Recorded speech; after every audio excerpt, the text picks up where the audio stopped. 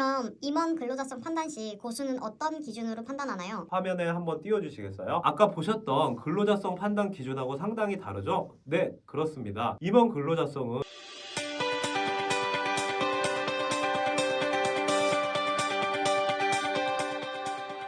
안녕하세요. 해고라 광장을 운영하고 있는 노무법인 평정 이종원 노무사입니다. 저는 지금까지 약 100건 정도의 부당해고 구제 신청 사건을 대리하여 수행하였습니다. 그런데 100건이 과연 많은 것이냐 라고 물으시면 저는 노무사 업무를 하면서 앞으로 1000건 이상을 수행하는 것을 목표로 하고 있기 때문에 제 목표에 비하면 아직 10분의 1 정도밖에 수행하지 못했고 결코 많다고 볼 수 없을 것입니다. 그러나 절대적 기준으로 봤을 때 100건이라는 숫자가 결코 작은 숫자가 아니고 지금까지 수행했던 사건 한 건 한 건을 굉장히 깊이 있게 고민하고 법이 허용하는 테두리 안에서 이기기 위한 방법은 모두 동원해서 치열하게 싸워왔기 때문에 여러분들에게 도움이 되는 유용한 정보를 많이 드릴 수 있는 실력을 갖추게 되었고 그 누구보다 이 해고 분야의 전문가라고 자부합니다. 네, 안녕하세요. 오늘 주제는 무엇인가요? 네, 오늘 다룰 주제는 직장인이라면 누구나 되고 싶어하는 직장인들의 꿈, 임원들의 신분에 대해서 한번 얘기를 해볼까 합니다. 전 근데 단 한 번도 임원이 되고 싶다는 생각을 안 해봤는데요.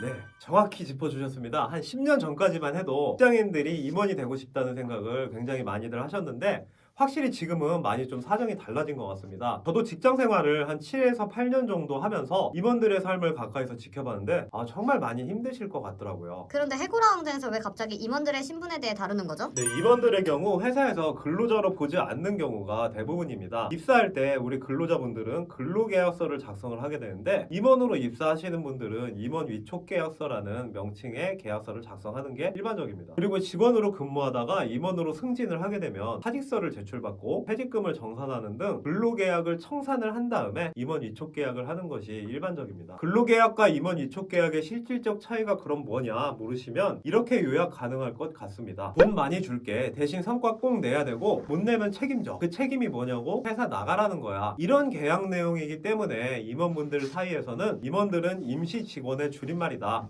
라는 자주 섞인 농담을 주고받는다고들 합니다. 그럼 임원분들은 성과 못 내면 언제든지 나가야 된다는 것은 잘못된 것인가요? 법적으로 문제가 되나요? 네, 임원분들이 근로기준법상 근로자라면 성과를 못 낸다는 이유로 내보내는 것은 해고이고 근로기준법 제23조에 따른 단지 성과를 못 낸다는 이유로 해고를 한다면은 그것은 정당성을 인정받기도 굉장히 어렵습니다. 그런데 근로자가 아니라면 근로기준법 적용 자체가 배제되기 때문에 그 성질이 해고가 아니고 단지 임원 위촉 계약의 해지일 뿐인데 이는 민사소송으로만 다툴 수 있는 것입니다. 그럼 임원분들은 근로자인지 아닌지 어떻게 구분하나요? 근로자인지 아닌지에 대한 판단 기준은 수십 년 전부터 대법원의 판결에 따라 그 판단 기준이 이미 확립되어 있습니다. 자, 한번 화면을 살펴볼까요? 화면에 표에 보시다시피 10가지가 넘는 판단 기준을 종합적으로 고려해서 판단을 하고 있습니다. 그런데 이번에 근로자성 판단 시 이 근로자성 판단 기준에 따라 주장하면 그건 완전 초보죠. 실제로 작년인가 재작년에 임원의 근로자성이 쟁점이 된 사건을 수임받아서 노동위원회에서 다툰 적이 있었는데요. 임원의 대리인이었던 모 노무사님이 그 판단 기준을 가지고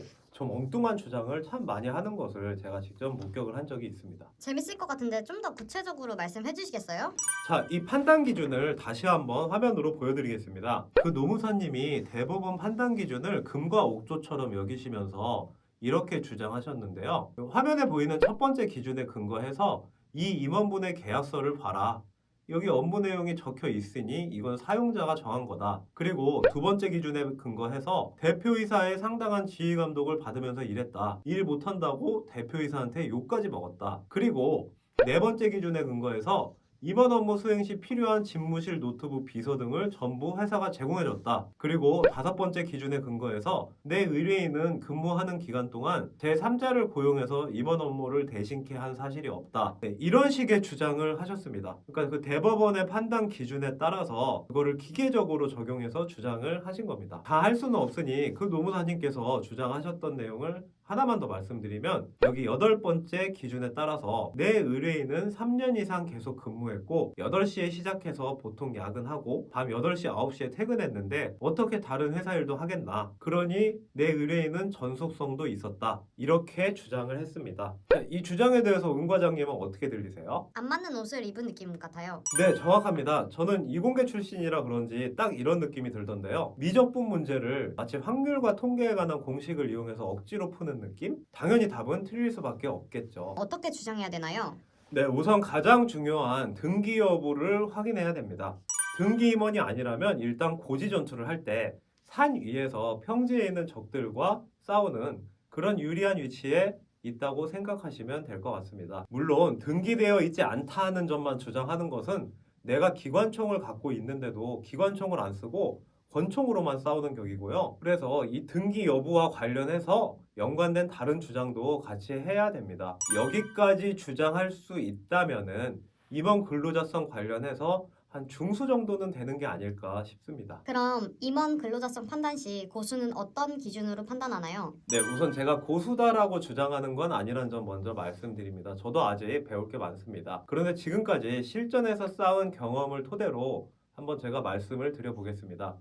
말씀을 드리는 것보다 제가 정리한 표를 보여드리는 것이 나을 것 같은데요. 화면에 한번 띄워주시겠어요? 아까 보셨던 근로자성 판단 기준하고 상당히 다르죠? 네, 그렇습니다.